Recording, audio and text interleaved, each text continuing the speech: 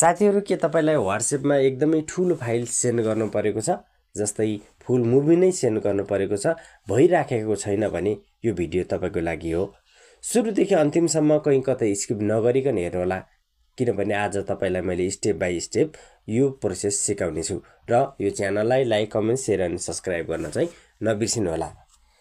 साथीहरु तपाईले एकदमै ठूलो फाइल सेन्ड गर्नको लागि WhatsApp मा तपाईको मोबाइल स्क्रिन गरेर WhatsApp एप चाहिँ ओपन गर्नु होला त्यसपछि तपाईले जसलाई पठाउने हो त्यो चाहिँ WhatsApp नम्बरमा चाहिँ क्लिक गर्नु होला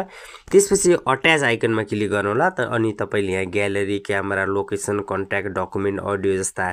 अप्सनहरु तपाईले देख्नुहुन्छ र तपाईले सामान्यतया ससाना चाहिँ डकुमेन्टहरु सेन्ड गर्नको लागि यो ग्यालरीमा चाहिँ क्लिक गर्न सक्नुहुन्छ जस्तो सामान्य खालको चाहिँ यसबाट क्लिक हुन्छ तपाईलाई मैले क्लिक गरेर देखाउँछु डन गर्नु होला जस्तो यो WhatsApp मा गयो यो WhatsApp मा गयो र तपाईले ठूलो वाला फाइल पठाउन खोज्नु भयो भने यहाँबाट 17 MB भन्दा बढीको जादैन त्यसको लागि चाहिँ फेरि अट्याच आइकनमा क्लिक गर्नुहोस् त्यसपछि यहाँ चाहिँ डकुमेन्ट छ यहाँ चाहिँ सेकेन्ड लेयरको फर्स्टमा डकुमेन्ट छ यो डकुमेन्टबाट हामीले चाहिँ पठाउनु पर्छ डकुमेन्टमा चाहिँ क्लिक गर्नु होला त्यसपछि तपाईलाई यहाँ चाहिँ ब्राउजर डकुमेन्ट भनेको छ र एउटा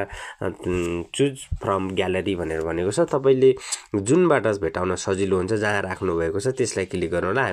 हामी चुज फ्रम ग्यालरी गर्छौं त्यसपछि तपाईले चाहिँ जुन भिडियो पठाउने हो जुन फाइल पठाउने हो त्यसमा क्लिक गर्नु होला यो भिडियोलाई अन्तिमसम्म तपाईले एकदम चाहिँ कहीं कतै नभुलेर हेर्नुस् टिक लाउनुस् त्यसपछि यहाँ लोड भइराखेको छ अनि तपाईको चाहिँ यहाँ चाहिँ 528 MB दिएको छ तपाईले चाहिँ 17 MB भन्दा माथिको चाहिँ सामान्यतया पठाउन मिल्दैन भने यो ट्रिकबाट यो चाहिँ लिंक भनेर जान्छ अनि यसै चाहिँ एरो गर्नु होला एरो गरिसक्यो भने तपाईले देख्न सक्नुहुनेछ हामीलाई चाहिँ यहाँ भिडियो बनेर गएको छैन हामीलाई चाहिँ कसरी बनेको छ एउटा लिंक बनेर गएको छ वहाँ चाहिँ जहाँ पठाएका हौ हामीले त्यो चाहिँ लिंक जान्छ र वहाँ गइसकेपछि तपाईले वहाँको चाहिँ जसलाई पठाउनु भएको उहाँले चाहिँ यो लिंक क्लिक गर्न बित्तिकै सुरुदेखि अन्तिमसम्मको फाइलहरु जान्छ यसरी नै तपाईले ठूला फाइल पठाउन नसक्ने समस्या समाधान चाहिँ यो ट्रिकबाट गर्न सक्नुहुनेछ यो भिडियोलाई कस्तो लाग्यो तपाईलाई जस्तो लाग्यो त्यस्तै लाइक कमेन्ट अनि शेयर सब्स्क्राइब पनि गरिदिनु होला